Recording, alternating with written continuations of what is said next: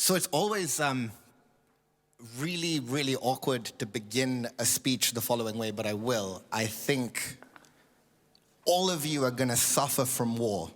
All of you will suffer from war in the next 5 years. I just want to quote, I don't normally ever use notes for a speech, but I thought for this one it would be worthwhile. German Defense Minister Boris Pistorius, some military historians even believe we have already had our last summer of peace. Russian cruise missile production is, I think, around 3,000 missiles a year. Drone production, manpower, ammunition production, energy independence. The total military capacity and spending of Russia is in such a position that actually, absent the United States, it's not entirely clear to me that we would even survive a direct kinetic conflict. Today, tomorrow, maybe next week, we could be in a position where Donald Trump moves on Greenland. And when that happens, the NATO alliance is dead. And when that happens, if you have friends in Estonia or perhaps Romania or any bordering country, their lives are going to become incredibly difficult incredibly quickly. Our problems didn't start this year or the year before or the year before that. And I don't want to go into and relitigate why we're in a position where, having enjoyed such peace and prosperity for so long, we've lost touch with what is required for us to defend ourselves. But we're in that position now. And this isn't a problem of politicians. It's a problem of you and me as tech people. It's our problem. It's a problem of not having the capabilities and the technology required for us to be resilient and for us to be secure. I run a company called Improbable. I've been coming to DLD for 10 years. I've been talking about the metaverse. I've been talking about crypto. On the side, I got sanctioned by Russia, which was a wake-up call because of some of the defense work we did in supporting Ukraine. And in building that defense business, I guess I was pretty shocked at how challenging it is to innovate or to create something in Europe that directly helps our armed forces. And I guess time has now reached the point where we need to do something. We need to do something to eventually defend what it is we all value and benefit from here. So let's talk a little bit about, what we can do and what some of those problems are that maybe we can solve, especially here in Germany. So the biggest issue we have actually has nothing to do with bullets and it's nothing to do with missiles. It's to do with our own technology independence. We don't really have any fallback plans if American companies start cutting us off. Already, members of the International Criminal Court have found that their emails don't work because the American government has decided that they shouldn't.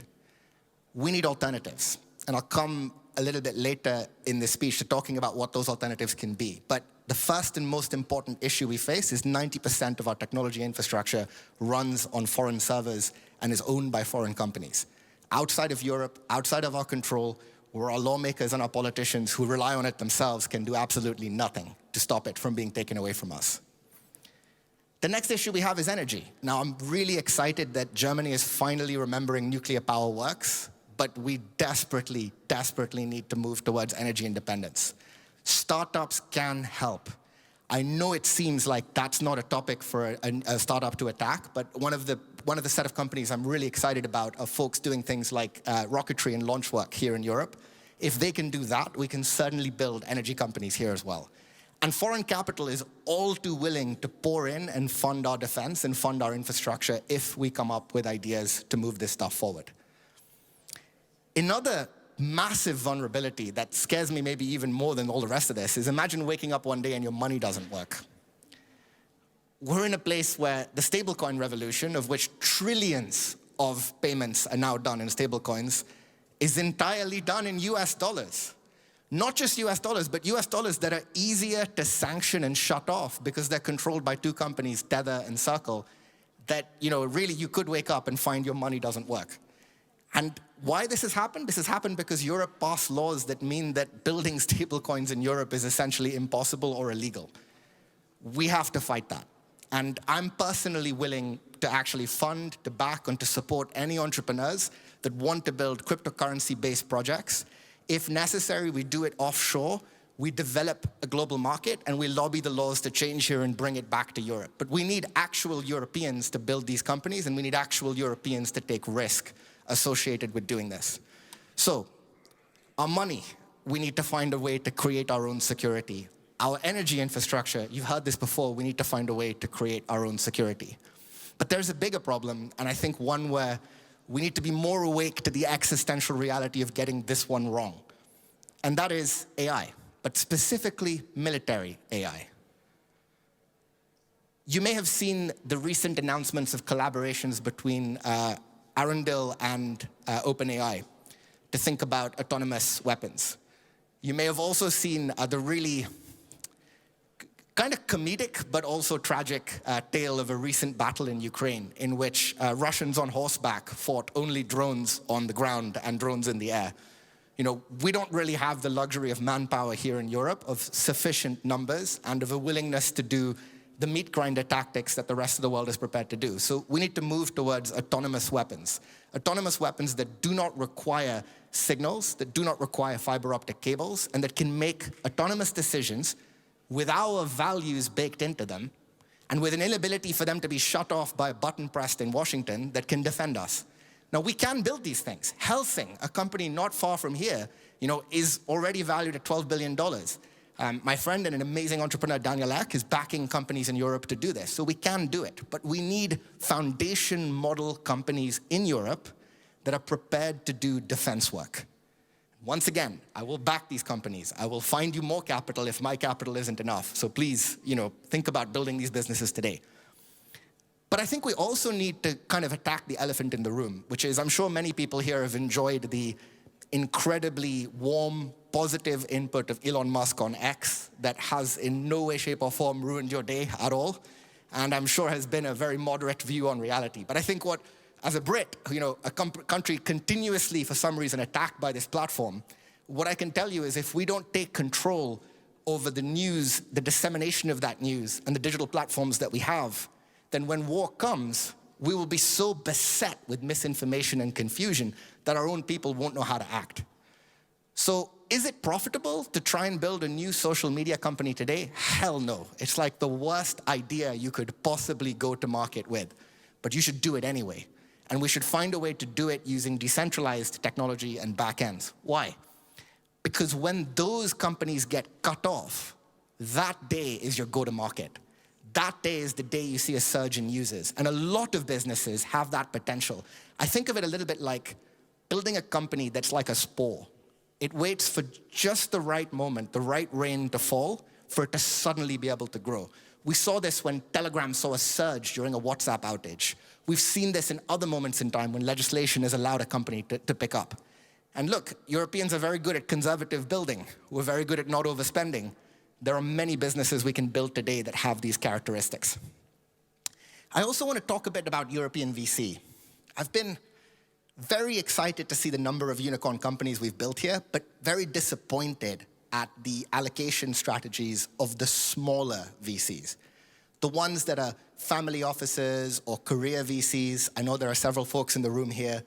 I think we need to have perhaps a bit more boldness and a bit more willingness to lose money where those businesses have the potential to improve the resilience and protection of Europe. Think of it like an insurance cost. You're really insuring your own fund, and you're making sure that it still gets to operate in 5 years or 10 years if one of those companies succeeds or moves forward. So I can't be giving a lecture like this if I'm not building something of my own to actually be helpful. So I want to tell you a little bit about Cassandra, which is a project I'm working on with some friends, entirely separate from Improbable. It's a simple idea.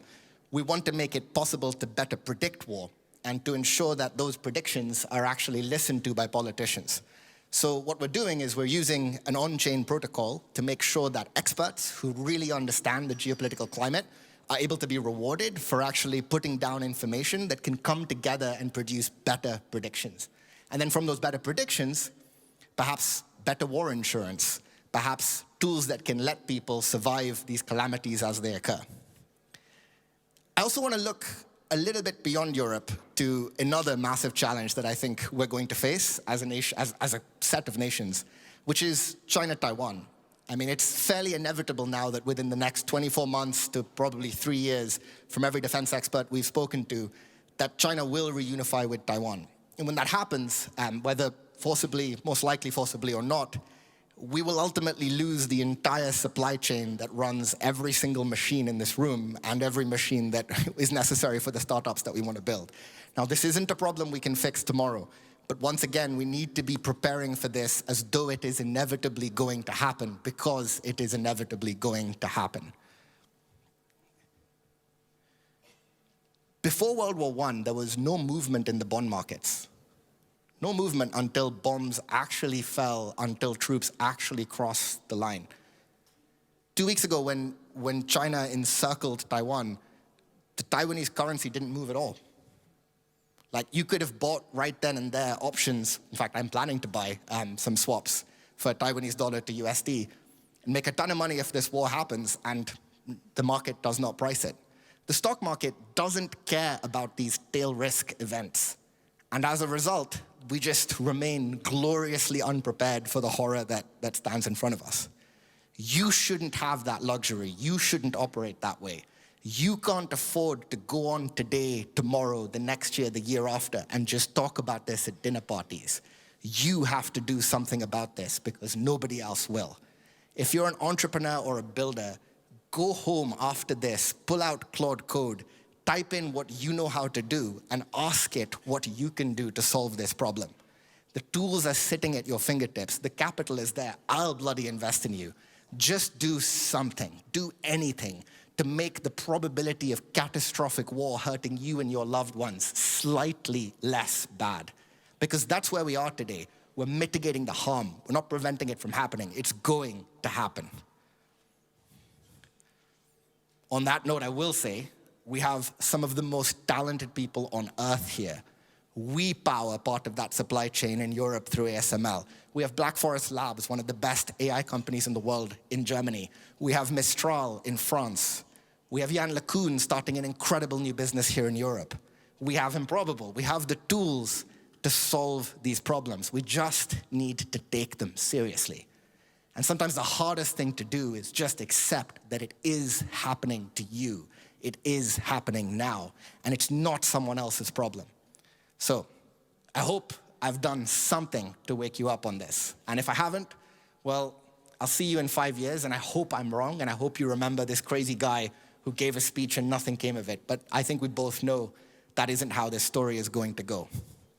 So if you're an entrepreneur, go build something. If you're an investor, allocate some tiny percentage of your fund. I don't care if it's 20K checks. Allocate something to the save my ass bucket of your fund. And if you're European, don't sell quickly critical infrastructure to American businesses, not without carve-outs. And if you're in government, for God's sake, work to change these rules, because we do not have time. Thank you guys very much.